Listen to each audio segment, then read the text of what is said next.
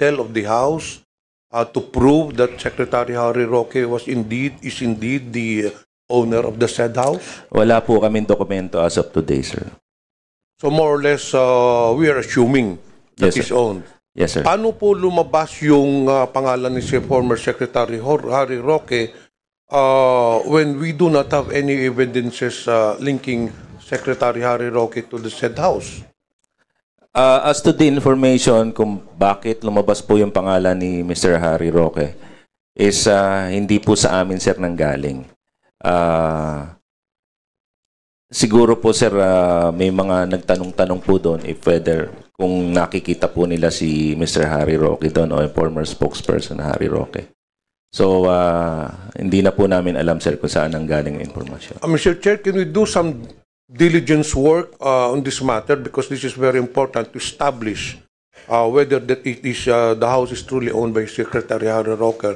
Can we send some people to the registrar or to the local government unit to ask for documents, titles, and of course to the SEC regarding the corporation, the corporate papers linking Secretary Harry Roque to the said house?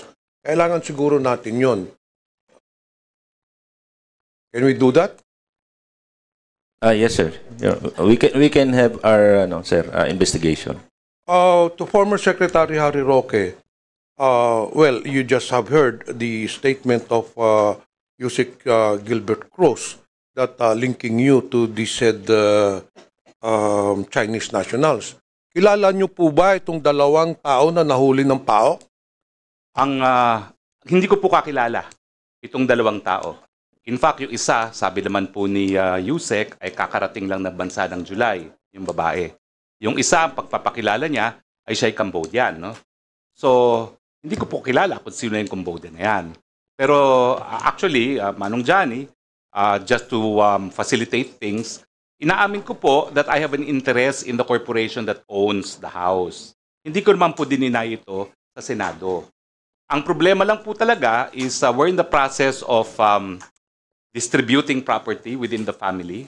And right now, hindi po sa akin talaga yung property. But, nagkasundo po kami na talagang I want to retain this property. So ngayon po, ang nag-aari ng property ay, sandali po, kunin ko lang yung pangalan, ha? At, So, former Secretary Harry Roque, you admit that you have an interest in this house by virtue of the corporation owning this house. Yes po, ang may registered owner po nito is Page 2 Lot 37 Pinewood Holdings Incorporated. In turn, it is owned by a holding corporation called Biancham. Now, ang totoo po nito, I will have no more interest in Biancham, according to our organization, but I will have full interest in PH2 Lot 37 Pinewood Holdings as part of our division within the holding corporation. Pero ang punto po is, meron po kaming contract of lease na ang pumirma po ay isang babae. Ang pangalan po niya ay Yoon Wan. At ito po ay dated January 15, 2024. At dun po sa pirmahan ng contract of lease na notaryado, pinresenta po niya ang kanyang passport at require din po siya na magpresenta ng Alien Certificate of Registration para patunay na legal po siya sa Pilipinas.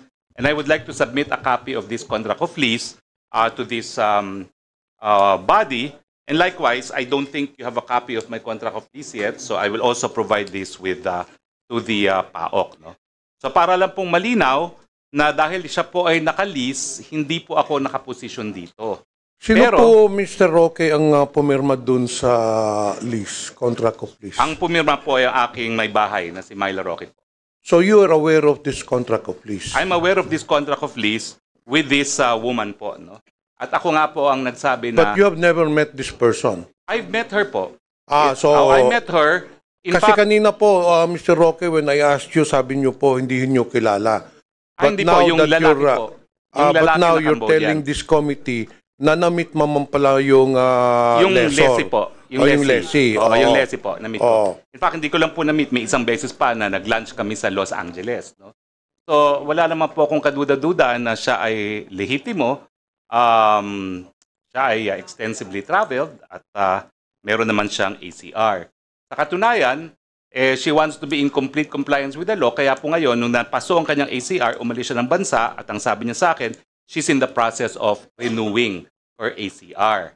Pero ang tingin ko naging problema po rito ay itong babaeng ito na may alien certificate of registration at merong passport, ang nakalagay po sa kanya single.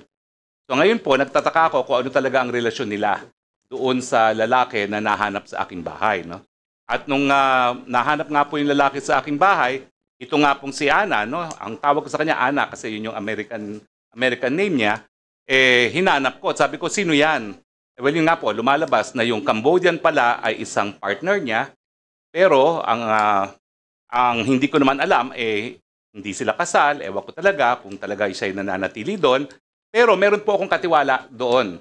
Kasi po, natakot ako na kapag pinaupahan ko sa incheck, sa Chino, sorry po for the derogatory word. Minsan po kasi, nung ako ay nasa gobyerno, nagreklamo sa akin yung mga residente na isang subdivision sa Parañaque, trinifer ko sa OIC na NBI, at ginagamit daw ang isang residential house bilang pogo.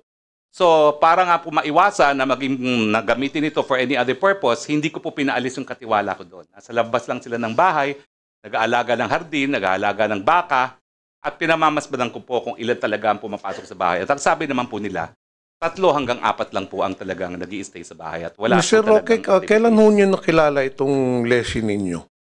Well, actually ako po, na-meet ko siya sa LA, kailan lang po. Tapos na-meet ko rin siya nung simula Wait. po, no? Mr. Chair, na-meet mo yung lessee, nasa LA ka. Hindi po. Nag-lunch kami sa LA. Okay. Nag-lunch po kami sa LA. When you met this person, this lessee, meron ng existing contract of lease o wala pa? Meron na po. Kaya ako po siya kakilala. Kailan po nag-start yung contract of lease ninyo, Ang Mr. date Chair? po dito ay January 15, 2024 po itong hawak kong contract of lease. So prior to the signing of the lease contract, you never knew this person? Yung lalaki po. Pero yung babae, kilala ko na rin. Matagal na mukhang kilala to. Kakilala ko na rin po yung babae. Pero ang contract of lease po niya is January 15, 2024. January 2024 yung contract of lease. So kailan na ho nyo nakilala itong taon to?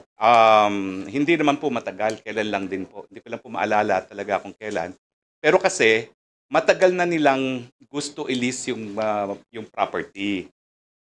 Ang balita Sino ko po dun ang nagrekomenda sa inyo itong person na ito? Well, sila po talagang mapursige na gusto nilang umupa. Ako, nung una, ayaw ko talaga kasi gustong-gusto ko po yung bahay ko, no? At palagi po ako dun sa lugar na yon, no? Pero nagpupumilit at ang nangyari, ako naman po ay nandito na sa Manila. Sabi ko, sayang naman, nabubulok. Sige, paupahan na, no? So, ito po, isasubmit ko po yung aking contract of lease. Yes, please do. Pero Mr. Chair, Mr. Vice Chair, can we also have the copies of those Secretary Roque, yung incorporators? You said a while ago that there is a corporation. Opo. Can you Royal kindly submit also to the committee? Hindi ko po dala, but I can of course submit it. No? All right, thank you so much. Okay. Go ahead.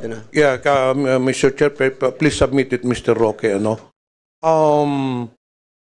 So it has been established, Mr. Chair, as per, of course, the admission of Mr. Roque, that he truly owns the house, no? Kasi hindi ka naman magpapalis. You're the one who signed the contract of lease.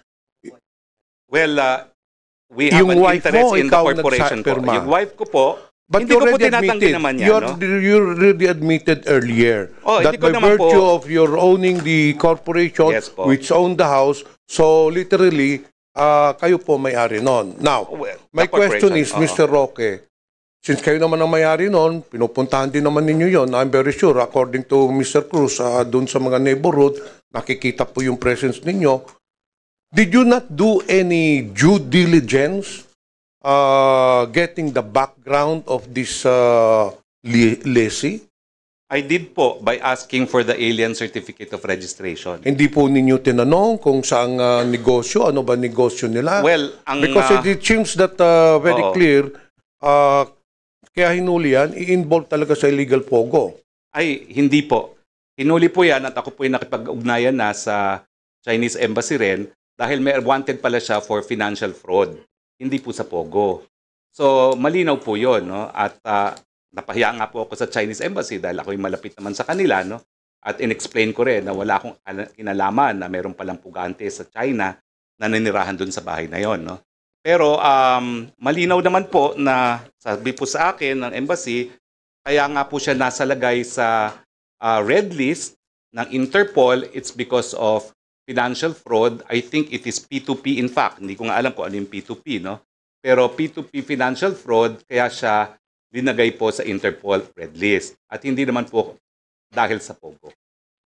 So, At, Mr. Roque, Mr. Chair, wala kayong previous dealings nitong lessee? Wala po, wala po. May I ask Yusek Gilbert Cruz? Well, it has already been established, it has already been said, it's in the record that Mr. Roque owns the house. Do you think, Yusek Cruz, that Mr. Harry Roque is a person of interest, considering that the per lessee who is leasing his house is involved in illegal activities? Do you think that Mr. Harry Roque will be a subject of investigation or should be investigated? With this development, sir, we will include former spokesperson Harry Roque in our investigation. But of course, sir, we need documents coming from all the agencies involved to prove the ownership of the property. Okay, we will let you finish your investigation, ongoing pa naman ang ano. Now, let me go to the last matter. Masali na lang ako, Mr. Chair. Yesterday, Chairman Al Tenco was interviewed in Head Start. And he said that sometime last year, I don't know, last year or this year, that Mr. Harry Roque accompanied Miss Cassandra Leong to PAGCOR to assist her in the renewal of their license. Totoo po ba yun, Mr. Harry Roque? Manong Johnny, Kong, hindi po yun ang sinabi ni Chairman Altenco. But I saw it. Pero Hindi naman na sa nanood ako kahapon. That's all I did. Oo. Sa Before Senado going po. to ano. Manong, We can call May I Mr. remind Altenco, wait. and we can excuse me, Vice Chair. retrieve the files of the interview. It was very clear. Mr. Altenco said during the interview na Mr. Harry Roque accompanied Cassandra Leong with regards only request for the renewal of their license because may $500,000 na hindi nabayaran kaya hindi ma-process yung license nila. And I don't think Mr. Altenco will go on nationwide TV telling lies. So we can retrieve that file of that interview. So yung kanang tanong ko po, Mr. Harry Roque, totoo po ba yun?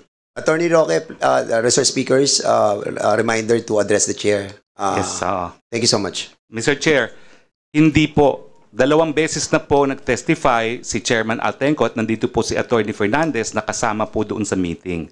Hindi po ako lumapit kay Chairman Altenco on July 26, 2023 para kumuha ng lisensya. Linapit ko po siya, yung Cassandra Ong, para po magkaroon ng rescheduling of payment sa mga pagkakautang di umano dahil na-dispalkuhan yung Lucky South ng pambayad sa PAGCOR. Binigay daw po nila di umano sa kanilang representative sa PAGCOR na si Dennis Cunana yung pera at na-dispalko. At ito naman po ay 2 beses inulit Mr. Chair, ni Mr. Chairman Harry Roque, it Tangco po. pertains to the same thing. Ay, Sinasabi nyo, ang dinideny, ang tinanong ko sa inyo, totoo ba na nagsama kayo? totoo po, yun sinamahan po, ko yun po. po ang tanong ko. Opo, pero Now, ang sinasabi nyo, you are denying na hindi dahil dun sa renewal ng license, dun Tama sa po. bayad. But it's still the same issue dahil you cannot renew your license until such time that the $500,000 will be paid. So ganun din po ang objective nun. Kaya sinamahan nyo siya para matulungan na mabayaran yung $500,000, but the ultimate objective is for the renewal of the license. Hindi po ba? Mr. Chair, hindi po. Kasi hindi pa po mapapaso yung lisensya at that time. At in fact, yung last hearing sa Senado, sinabi naman po ni Chairman Altenco na meron pa silang lisensya which was granted by the previous administration and good for 3 years. So hindi pa po sila up for renewal. Okay. Yun lang po. That's besides the point.